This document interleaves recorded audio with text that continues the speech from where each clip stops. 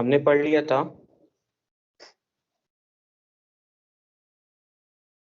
Foreign trade and integration, हमने देख लिया था चाइनीज टॉयज इंडिया देख लिया था हमने, व्हाट इज ग्लोबलाइजेशन देख लिया था, फैक्टर्स दैट एनेबल ग्लोबलाइजेशन में हमने टेक्नोलॉजीज के बारे में देखा था।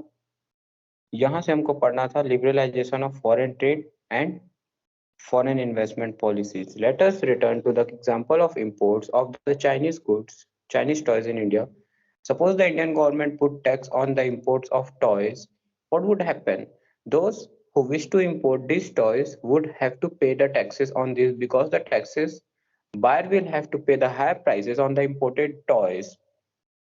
Because of tax, the burden will have to pay the higher prices on the imported goods or toys. Chinese toys will no longer as cheap in the Indian market and imports will automatically reduce. Indian toy marketer will prosper. मतलब बढ़ेंगे आगे। वही बोला है कि अगर government tax लगा देती है, अगर टैक्सेस बढ़ा देती है इंपोर्टेड गुड्स के ऊपर में, तो कंज्यूमर को इसकी लायबिलिटी पे करनी पड़ेगी। इसका जो बर्डन है वो शिफ्ट हो जाएगा अल्टीमेट कंज्यूमर पे। अल्टीमेटली जो अब वो सामान चीप मैन्युफैक्चरिंग टॉयज आ रहे थे, अब वो इम्पोर्टेड टैक्सेस होने के चलते, कस्टम ड्यूटीज के लगने के चलते उनकी प्राइसेस बढ़ जाएंगी, और जब प्राइस बढ़ती है तो डिमांड क्या हो जाएगी, कम हो जाएगी। तो उससे दूसरा ये होगा कि जो उसके कॉम्पिटिटर्स थे, जो कि इंडियन टॉय मार्केटर्स थे, उन अब वो क्या होंगे, आगे बढ़ेंगे, they will prosper. Taxes on the imports is an example of the trade barrier. It is called as the barrier because of some restriction has set up by the government can use the trade barriers to increase and decrease and regulate the foreign trade and to decide what kind of goods and how much of each should come into the country. Tax जो import के ऊपर में लगाया जाता है, ये एक सबसे अच्छा एग्जांपल है ट्रेड बैरियर का। बैरियर मतलब होता है किसी चीज को रोकना, प्रतिबंधन करना। तो ट्रेड्स को बैरियर मतलब कहीं ना कहीं रोकने का एक बहुत अच्छा तरीका है टैक्स लगाना। कोई भी गवर्नमेंट जो है वो बैरियर्स लगा सकती है टैक्स को बढ़ाया घटा करके, और इसके बेसिस पे वो फॉरेन ट्रेड को डिसाइड करती है कोई भी गवर्नमेंट की कितना उसी कंट्री के अंदर में एक दूसरी कंट्री से ट्रेड होगा। टैक्सेस अगर कम कर दी तो वो चाहती है कि ज्यादा ट्रेड हो, और टैक्सेस अगर बढ़ा दी तो वो कंट्री चाहती है कि उसकी कंट्री में बाकी दूसरी कंट्री से जो ट्रेड हो रहे हैं वो कम हो। The Indian government after independence has put a barriers to the foreign trade and foreign investment. तो भारत सरकार ने इंडिपेंडेंस के बाद से ही एक बैरियर लगा दिया था फॉरेन ट्रेड और फॉरेन इन्वेस्टमेंट के ऊपर में। This was considered a necessary project to producers within the country from the foreign competition. तो ये बोलना चाह रहा है ये प्रोटेक्ट करने के लिए बहुत जरूरी था हमारी कंट्री को फॉरेन कॉम्पिटिटर्स से। आगे बोल रहे हैं industries we are just coming up in 1950s and 1960s and competition from the imports and the stage would not have allowed these industries to come up. Thus India allowed imports of only essential items such as the machineries, fertilizers, petroleum etcetera. तो भारत ने 1950 से 1960s के era में जो लगाया था, even 1970s 80s 90s तक, 1991 में लिबरलाइजेशन प्राइवेटाइजेशन ग्लोबलाइजेशन आया था। तो हमने 1950 से लेकर के 1991 तक हमने जो है वो बहुत सारे बैरियर्स लगाए हैं। इसको हम लोग बोलते हैं बैरियर्स। हम लोग इंपोर्ट सब्स्टिट्यूशन के नाम से इसको जानते हैं। कोटाज एंड टैरिफ मतलब टैक्सेस, टैरिफ मतलब टैक्सेस, ये हमने लगाना शुरू किया, इम्पोज करना शुरू किया। बस कुछ एसेंशियल आइटम्स के इंपोर्ट्स पे हमने टैक्सेस नहीं लगाए, जैसे कि मशीनरी, फर्टिलाइजर, पेट्रोलियम, क्योंकि इनके इंपोर्ट्स हमको चाहिए ही चाहिए थे। Note that all developed countries during the early stages of the development have given the protection to the domestic producers through varieties of means. तो भैया ये बात बहुत जरूरी है कि कोई भी डेवलप कंट्री जो है वो अर्ली स्टेजेस में हर एक अपनी प्रोड्यूसर्स को, डेवलपमेंट के अर्ली स्टेज में, कोई भी डेवलप नेशन पहले डेवलपिंग रही होगी, बाद में ना डेवलप हुई, तो डेवलपिंग स्टेज से ही वो जो कोई भी इकोनॉमी है वो हमेशा अपने प्रोड्यूसर्स को प्रोटेक्ट करती आई है अलग अलग मीन से। Starting around 1991, some far-reaching changes were the policy made in India. The government decided that the time had come for the Indian producer to compete with the producers around the globe. तो भाई government ने 1991 में सोचा कि नहीं, अब समय आ गया है, अब बहुत दिन हमने प्रोटेक्शन दे दिया अपने प्रोड्यूसर्स को, करीब करीब हमने 40 साल दे दिया, 41 ईयर्स दे दिया। अब हमारे जो लोकल प्रोड्यूसर्स हैं उनको कहीं ना कहीं मोर कॉम्पिटेंट बनाने के लिए, क्योंकि ऐसे में वो मोनोपोली गेन कर रहे हैं, उनका तो सामान बिक नहीं है, सरकार उनकी मदद कर रही है, तो ऐसे में वो कभी कॉम्पीट नहीं कर पाएंगे और कभी कॉम्पिटिटिव प्रोडक्ट्स नहीं बना पाएंगे। इससे क्या होगा, इंडियन मार्केट के, इंडियन कंज्यूमर्स का घाटा होगा, क्योंकि उनको अच्छी क्वालिटी के प्रोडक्ट सस्ते में नहीं मिलेंगे, क्योंकि मोनोपोली थी मार्केट में। तो इसीलिए गवर्नमेंट ने डिसाइड किया कि वो 1991 में बहुत सारी पॉलिसीज में चेंज करेंगे, और अब समय आ गया है कि इंडियन प्रोड्यूसर जो है वो कम्पीट करें ग्लोबल मार्केट के साथ में। ये पाया गया कि अगर ये पाया गया कि अगर कंपटीशन बढ़ता है तो परफॉर्मेंस प्रोड्यूसर की ऑटोमेटिकली इंप्रूव होती है, क्योंकि और इससे क्या होता है, कंट्री की जो क्वालिटी है वो इंप्रूव होती है। ये डिसीजन जो है ये सपोर्ट किया गया था पावरफुल इंटरनेशनल ऑर्गेनाइजेशन जिसका नाम है वर्ल्ड बैंक, या फिर international bank for reconstruction and development के नाम से भी इसको जाना जाता है। बेसिकली हमको वर्ल्ड बैंक से $7 बिलियन 7 बिलियन के लोन की सबसे प्राइमरीली जरूरत पड़ी थी, और उन्होंने ये शर्त रखा था कि अगर आप अपनी कंट्री के अंदर में लिबरलाइजेशन, प्राइवेटाइजेशन एंड ग्लोबलाइजेशन लाते हैं, तभी हम आपको ये $7 बिलियन का इकोनॉमिक लोन आपको प्रोवाइड करेंगे, सैंक्शन करेंगे, ग्रांट करेंगे। तो उसके लिए हमको ये पॉलिसी लानी पड़ी, जिसको हम बोलते हैं कि हमारी इकोनॉमी में एक बदलाव आया, एक रिफॉर्म आया 1991 में। Thus, the barriers on the foreign trade and the foreign investment were removed to a large extent. This means that the goods could only be imported and exported easily, and also the foreign companies could set up the factories and offices here. तो ये जो barrier था foreign trade का, ये हटा दिया गया completely इस पॉलिसी के अंदर में 1991 की न्यू इकोनॉमिक रिफॉर्म के अंदर में। और इसका मतलब ये था कि अब आप जो चाहो वो इंपोर्ट और एक्सपोर्ट आसानी से कर सकते हो, और कोई भी फॉरेन कंपनी आकर के अपना बिजनेस, ऑफिसेस, फैक्ट्रीज सेटअप कर सकती है यहाँ भारत में। Removing the barriers on restriction set by the government is what is known as liberalization। तो भैया जो बैरियर्स लगाए गए थे, गवर्नमेंट ने जो बैरियर्स लगाए थे, जो रेस्ट्रिक्शंस लगाए थे, वो लीगल पेपर पे थे, और लीगल पेपर के वर्क को रिड्यूस कर दिया इस बैरियर को। बैरियर मतलब होता है बंधन, ठीक है, उसको रेस्ट्रिक्शंस को हटा दिया गवर्नमेंट ने, और इसी प्रोसेस को क्या कहते हैं, लिबरलाइजेशन कहते हैं। मतलब ईज डाउन कर देना, अपनी पेपर वर्क को रिड्यूस कर देना। With liberalization of trade, business allowed to make the decision freely about what they wish to import or export. The government imposes much less restriction than before and therefore is said to be more liberal। तो government पहले से क्या हो चुकी है, अब ज्यादा liberal हो गई। कुछ क्वेश्चंस दिए, लेट वर्क आउट दिस, ये आपका होमवर्क है, ये आप पढ़ेंगे। अब आगे हम पढ़ते हैं कि आखिर ये वर्ल्ड ट्रेड ऑर्गेनाइजेशन है क्या। तो हमने देखा, we have seen that the liberalisation of foreign trade and investment in India was supported by very powerful international organisation. This organisation says that all the barriers to the foreign trade and investment are harmful. तो भैया global level पे ये जो foreign trade पे ये जो हम barriers लगाते हैं, ये जो हम ट्रेड रोकने के लिए हम जो नॉर्मल बैरियर्स और जो हम इंपोर्ट सब्स्टिट्यूशंस का यूज करते हैं, ये कहीं ना कहीं एक हार्मफुल एक्टिविटी है ग्लोब के लिए। देयर शुड नो बैरियर्स, ये बोलते हैं कि कोई भी बैरियर नहीं होना चाहिए, trade between the countries free होना चाहिए, सब कंट्री को लिबरल कर देना चाहिए अपनी policies. World trade organisation is one such organisation whose aim is to liberalise international trade. World trade organisation ही एक ऐसी ऑर्गेनाइजेशन, उनमें से एक ऑर्गेनाइजेशन है जो चाहती है कि वो इंटरनेशनल ट्रेड को लिबरलाइज कर दे। Started as the initiative as a developed countries, World Trade Organization establishes the rule regarding the international trade and sees that these rules are obeyed. Nearly 160 countries of the world are currently members of World Trade Organization as on June 2014। तो लगभग 160 plus countries जो है, plus इसलिए बोल रहा हूं क्योंकि ये डेटा 2014 का है। क्लियर है? आवाज आ रही है आप सभी को मेरी? समझ आ रहा है बेटा? Yes sir. स्पीड फास्ट तो नहीं हो रही है? No sir. ओके बेटा। Though World Trade Organization is supposed to allow free trade for all, in practices, it is seen that the developed countries have unfairly retained trade barriers। तो भाई ये देखा गया है कि जो डेवलप कंट्रीज हैं वो अनफेयरली रिटेन्ड मतलब बरकरार करके रख रही हैं आज भी ये ट्रेड बैरियर्स को।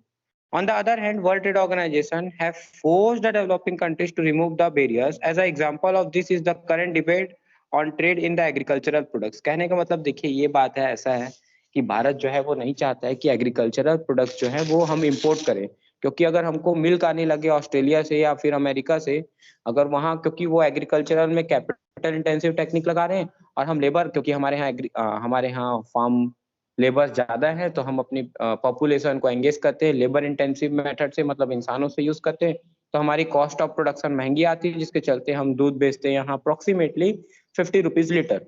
अगर मैं एवरेज निकालूं इंडिया का तो 45 पॉइंट समथिंग कुछ आएगा पर लीटर का, कहीं ज्यादा है कहीं कम है। गाँव में सस्ता में मिल जाता है दूध, शहरों में महंगे में मिलता है, तो एवरेज बता रहा हूँ।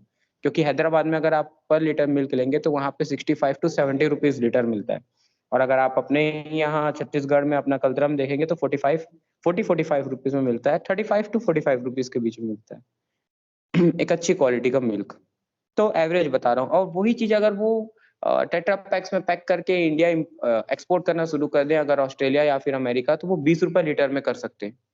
उनके यहाँ इतनी कॉस्ट ऑफ प्रोडक्शन लो आती है, तो फिर इंडियन मार्केट के जो जितने भी प्रोड्यूसर्स हैं वो तो पूरे एक्सप्लॉइट हो जाएंगे। यहाँ चारा भी महंगा है, यहाँ cost of feeding of animals भी ज्यादा है। तो मैं ये आपको सिर्फ एक मिल के बारे में बताया, ऐसे ही हर प्रोडक्ट के बारे में। टेक्नोलॉजीज में भी वो अपग्रेडेड है, हम डेवलपिंग है, वो डेवलप्ड नेशंस हैं, हमसे अच्छी टेक्नोलॉजी उनके पास है। तो हम कहीं ना कहीं उस पर आज भी एक बैरियर लगा के रखते हैं कि भैया इंपोर्ट ना ही हो ज्यादा तो बेटर है। लेकिन वर्ल्ड ट्रेड ऑर्गेनाइजेशन हमको फोर्स करता है, यहाँ पॉलिटिक्स लग रहा है, हमको फोर्स करता है कि नहीं नहीं आप इंपोर्ट करो। अभी जैसे कि उसी बात पे बात चल रही थी कि अमेरिका एंड इंडिया के साथ में तो हम उनको इतने मैंगोज एक्सपोर्ट करेंगे और वो हमको एग्रीकल्चर की ये प्रोडक्ट्स इंपोर्ट करेंगे। धीरे धीरे वो ओपन कर रहे हैं ट्रेड को और ये फोर्स करा जा रहा है। और अमेरिका जो है उसको आज भी वो रेस्ट्रिक्शन रखता है, तो उसको बोलने वाला कोई नहीं। क्यों? क्योंकि वर्ल्ड ट्रेड ऑर्गेनाइजेशन कहीं ना कहीं अमेरिका के डोमिनेंस में रहता है, क्योंकि मेन इसका जो ऑफिस भी है और हेड ऑफिस जो हेडक्वार्टर भी है वो कहाँ पे है? यूनाइटेड स्टेट ऑफ अमेरिका में है। और वहीं के जो व्हाइट हाउस के जो मेंबर्स होते हैं वही इसके प्रेसिडेंट बनते हैं। तो कहीं ना कहीं एक फेवरेबल रहता है डेवलप नेशन का, स्पेशली अगर वो कंट्री ग्लोबल इकोनॉमिक लीडर है तो। अब debate over the trade practices यही इसी प्रकार की बात किया है। अब आप इसको थोड़ा पढ़ेंगे, आगे हम बढ़ते हैं। Impact of globalisation in India, आखिर क्या इम्पैक्ट पड़ा है ग्लोबलाइजेशन का आने पे भारत पे। ठीक है, in the last 20 years the globalization of the Indian economy has come into the long way. What has been the effect on the lives of the people? Let us look at some of the evidence. Globalization and the greater competitors among the producers, both local and foreign producers, have been the advantages of the has been of advantage to consumer. तो भैया ये फायदा किसको दिया? Consumer को दिया। Particularly the well-off sections in the urban areas. There is a greater choice before these consumers who now enjoyed the improved quality at the lower prices of the several products. अगर सिर्फ जियो होता तो monopoly रहती तो price कुछ भी charge करता, लेकिन और भी कंपनीज के होने से क्या हुआ? उनको सस्ता रखना पड़ा, क्योंकि कंपटीशन था। तो फायदा किसका हुआ? कंज्यूमर का। इसी प्रकार से ग्लोबलाइजेशन में मल्टीनेशनल कॉर्पोरेशन के आ जाने के बाद इंडियन मार्केट्स में इंडियन प्रोड्यूसर्स के साथ में कंपटीशन किसका हुआ? मल्टीनेशनल कॉर्पोरेशन का। जिससे फायदा किसका हुआ? अल्टीमेट कंज्यूमर का, हमारा। हमको अच्छी क्वालिटी के प्रोडक्ट्स मिलने लगे सस्ते दामों पे, और हमारे पास वाइड वैरायटीज भी आ गई सेवरल प्रोडक्ट्स की, और हमको पहले से ज्यादा एक हायर स्टैंडर्ड ऑफ लिविंग मिल पाई, जो कि पहले पॉसिबल नहीं थी। Among the producers and workers, the impact of the globalization has not been uniform. तो ये भैया बोला है कि प्रोड्यूसर्स और वर्कर का जो ग्लोबलाइजेशन के बाद का जो इम्पैक्ट है वो एक जैसा नहीं रहा। जैसे कि firstly multinational company corporations have increased their investment in India over past 20 years, which means that investing in India has been beneficial for them. ये देखा गया है कि मल्टीनेशनल कॉर्पोरेशन जो है वो अपनी इन्वेस्टमेंट 20% से बढ़ाई है। इसका मतलब इन्वेस्टमेंट, सॉरी 20% बोल रहा हूँ, इन्वेस्टमेंट जो है उन्होंने इंक्रीज करी है पिछले 20 सालों में। इसका मतलब यह है कि वो प्रॉफिटेबल है, तभी तो वो इन्वेस्टमेंट ज्यादा कर रहे हैं। मल्टीनेशनल कॉर्पोरेशन ने अपनी have been interested in industries such as, तो कौन कौन से एरियाज में मल्टीनेशनल कॉर्पोरेशन जो है वो इंटरेस्टेड है? किस किस इंडस्ट्रीज में? तो सेलफोन में, ऑटोमोबाइल्स में, इलेक्ट्रॉनिक्स में, सॉफ्ट ड्रिंक में, फास्ट फूड पे और सर्विसेज पे, जैसे कि बैंकिंग एंड अर्बन एरियाज पे। These products have a large number of well-off buyers. If these industries and services, new jobs have been created. Also, the local companies supplying the raw materials, etc. to these industries has prospered. तो ये areas बताया कि कहाँ कहाँ पे ये काम कर रहे हैं, क्या क्या रॉ मटेरियल सप्लाई कर रहे हैं। लोकल कंपनी सप्लाई करती है रॉ मटेरियल्स इन इंडस्ट्रीज को, और ये इंडस्ट्रीज और अच्छे से उन सामानों को बना करके इन सेगमेंट्स पे काम कर रही है मल्टीनेशनल कॉर्पोरेशन। अब steps to attract foreign investment, इसमें ये बताया गवर्नमेंट को क्या करना चाहिए। क्योंकि देखो अगर फॉरेन इन्वेस्टमेंट आएगा, ध्यान से सुनना, फॉरेन इन्वेस्टमेंट आएगा तो क्या फायदा गवर्नमेंट को? फॉरेन इन्वेस्टमेंट के आने से प्रोडक्शन बढ़ेगा, प्रोडक्शन बढ़ेगा तो लोगों को रोजगार मिलेगा, रोजगार मिलेगी तो इनकम बढ़ेगी, इनकम बढ़ेगा तो एक्सपेंडिचर बढ़ेगा, और एक्सपेंडिचर बढ़ेगा तो फर्दर प्रोडक्शन इंडिया में ज्यादा होगा। तो प्रोडक्शन से जनरेट हुई इनकम, और इनकम से जनरेट होगी एक्सपेंडिचर, और वापस फर्दर प्रोडक्शन होगा। इस प्रकार से एक इकोनॉमी के अंदर में सर्कुलर फ्लो इनकम का चलते रहेगा, और फॉरेन डायरेक्ट इन्वेस्टमेंट के आने से हमारी इकोनॉमी के अंदर में इनकम, आउटपुट और एम्प्लॉयमेंट बढ़ता है, और जहां भी रोजगार बढ़े वो नेशन का डेवलपमेंट है। इसीलिए गवर्नमेंट को कोशिश करना चाहिए कि ज्यादा से ज्यादा फॉरेन से डायरेक्ट इंडिया में इन्वेस्टमेंट आए। उसके लिए सरकार क्या क्या स्टेप्स करती है? तो सरकार ने हमारे इकोनॉमी के अंदर में बनाया स्पेशल इकोनॉमिक जोन। ये स्पेशल इकोनॉमिक जोन जो है ये वर्ल्ड क्लास फैसिलिटीज देता है उन कंपनीज को जो कंपनी भारत में आकर के इन स्पेशल इकोनॉमिक जोन्स में अपने बिजनेस को सेटअप करती है। जैसे कि उनको इलेक्ट्रिसिटी बिल बहुत सस्ता कर देगा, वाटर के चार्जेस नहीं लेगा, रोडवेज उनको प्रोवाइड करेगा, ट्रांसपोर्ट फैसिलिटीज देगा, स्टोरेज फैसिलिटी देगा, रिक्रिएशनल एंड एजुकेशनल फैसिलिटीज वहां प्रोवाइड करेगा। कंपनीज जो इन प्रोडक्शन यूनिट्स में काम करती हैं उनको टैक्सेस भी नहीं देना होता है शुरुआत के 5 सालों तक।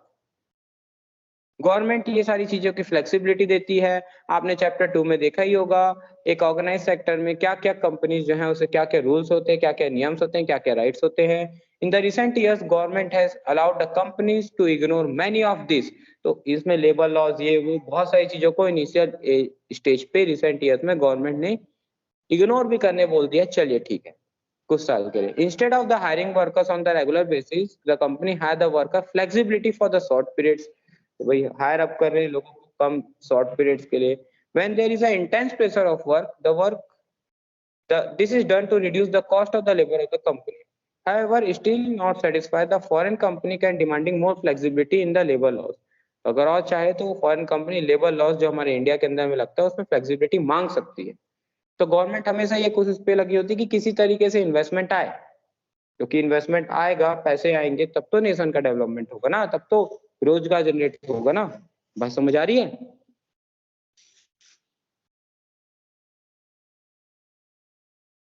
यस और no? Yes, sir. Yes.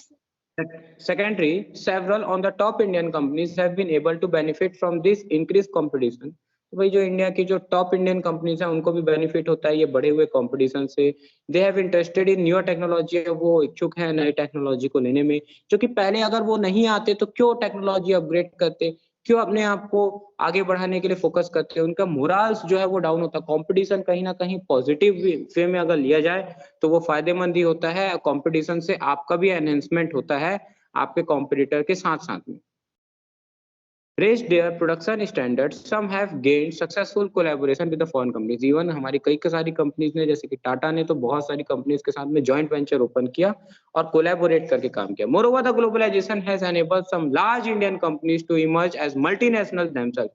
Tata Motors automobiles में गया, इन्फोसिस आईटी में गया, रेनबैक्सी मेडिसिन में आ गया, एशियन पेंट्स में आ गया, सुंदरम फेंटेसस ये क्या है, नट्स एंड बोल्ट्स ये मैंने नहीं सुना था, and some Indian companies which are spreading their operations worldwide. Globalization has also created new opportunity for the companies providing services, particularly those IT sector में सबसे ज्यादा ग्लोबलाइजेशन का फायदा मिला, नई नई अपॉर्चुनिटीज मिली लोगों को, पब्लिक सेक्टर पे एम्प्लॉयमेंट मिला। The Indian company produces the magazine for the London based company and call centres such as some example besides a host of services such as data entry, accounting, administrative tasks, engineering, and now being done cheaply in these countries such as India and are exported to the developed country. आज के दिन पे India जो है वो call centres, magazines produce कर रहा है लंदन के लिए, कॉल सेंटर्स हम बना रहे हैं पूरे ग्लोब में और बहुत सस्ते रेट में कि आप आओ हमारे कंपनी, जो भी कंपनीज है उसमें आप आउटसोर्स करो अपने ये सारे काम को और हम आपको ये सर्विसेज, टेक्नोलॉजीज, इवन बहुत सारी हम आपको रेट्स में बहुत चीपली आपको हम ये सारी पता है कुछ स्मॉल बिजनेस के बारे में कि ये कम्पीट कर पाए या परेशान हो गए, तो कहीं ना कहीं इनके लिए बहुत दिक्कत हो गया। अब इनको दिक्कत हो गया कि ये कैसे सर्वाइव करेंगे। तो एक बार आप इसको पढ़ेंगे इनको क्या क्या प्रॉब्लम हुआ है, इसके लिए क्या वर्ल्ड ट्रेड ऑर्गेनाइजेशन ने बनाया है, ये आपका होमवर्क रहेगा ये, और अनसर्टेन एम्प्लॉयमेंट के बारे में एक बार आप पढ़ेंगे, रीडिंग करेंगे। फिर यहाँ से हम पढ़ेंगे the struggle of the fair globalisation के बारे में। कल आपका 2 होमवर्क है, क्या क्या पढ़ के आना, ये 2 पेजेस, और इसके बारे में हम कल एक्सप्लेन करेंगे और फिर ये चैप्टर कल